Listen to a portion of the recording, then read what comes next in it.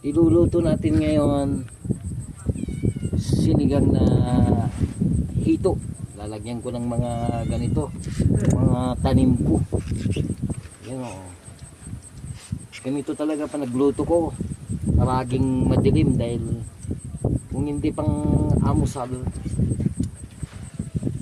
pang dinner. Yan o, pinakalas ng slicing ko yan. Laki kasi o.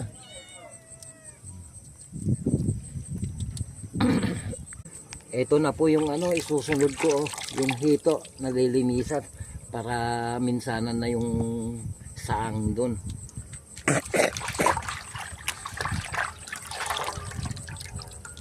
Laking hito to, mura na, Malaki pa. masarap pa. Yan.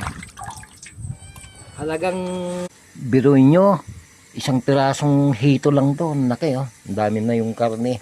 Ni-slice ko ng ano 1 inch ang isang slice.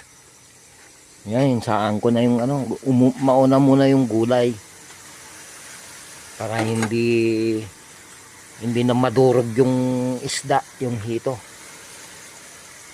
Kumukulo na po yung mga gulay oh. Lagyan na natin ng pampalasa, asin.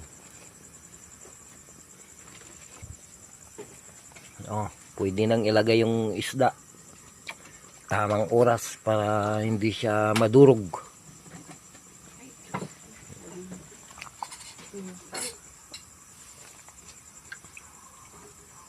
Ito ang masarap. Medyo kumukulo na. Ilagay ko na yung pampaasim niya.